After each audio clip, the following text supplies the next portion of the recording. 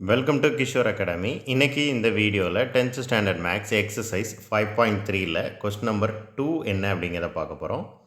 Examination point of வியூவில் இது ஒரு இம்பார்ட்டண்ட் 2 மார்க் கொஸ்டின். ஸோ ஒரு ஸ்ட்ரைட் லைனோட ஈக்குவேஷன் என்ன அப்படிங்கிறத என்ன செஞ்சுருக்கிறாங்க, கொடுத்துருக்குறாங்க. அதோட slope, inclination and intercept on Y axis என்ன அப்படிங்கிறத என்ன செஞ்சுருக்கிறாங்க, கேட்டிருக்கிறாங்க.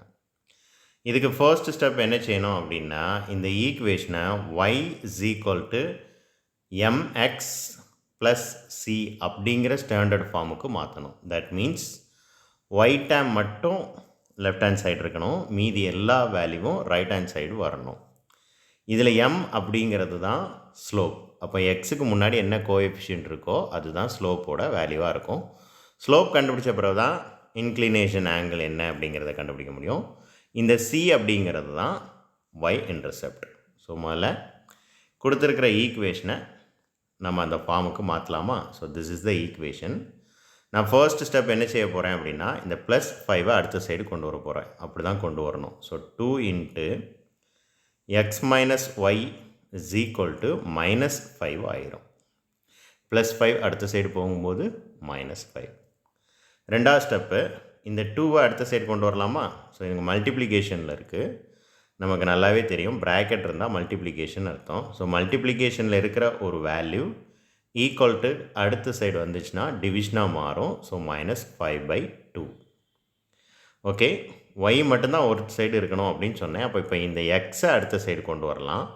அப்போ -y சைன்லலாம் கவனமாக இருக்கணும். -5/2 + x அடுத்த சைடு வரும்போது -x. இது வரைக்கும் நோட் பண்ணிக்கோங்க. இப்போ நான் டெலீட் பண்ண போகிறேன். டெலீட் பண்ணிட்டு இதுக்கு அடுத்த ஸ்டெப் எழுத போகிறேன். ஸோ லாஸ்ட் ஸ்டெப் நல்லா நோட் பண்ணிக்கோங்க. -y = -5/2 - x. -y = -5/2 - x. நமக்கு +y தான் இருக்கணும். ஸோ சைனை சேஞ்ச் பண்ணணும். எல்லாமே மைனஸில் இருக்குது, எல்லாமே ப்ளஸ் ஆயிரும்.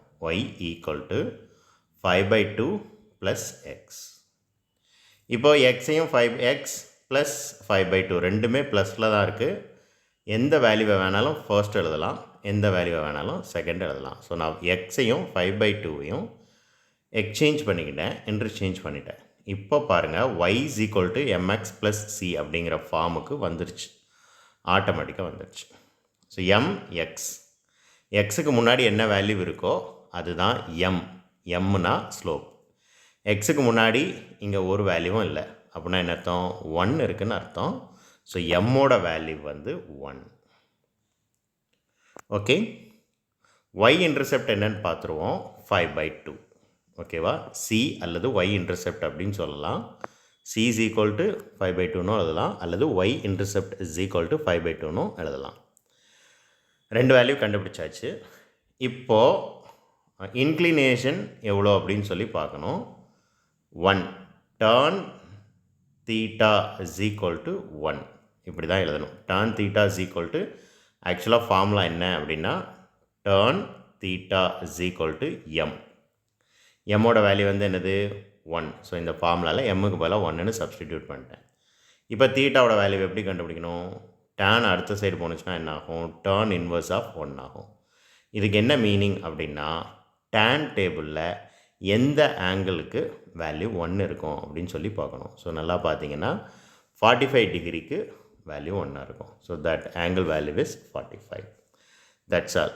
3 கொஸ்டினுக்கும் ஆன்சர் என்ன அப்படிங்கிறத கண்டுபிடிச்சாச்சு. தேங்க்யூ.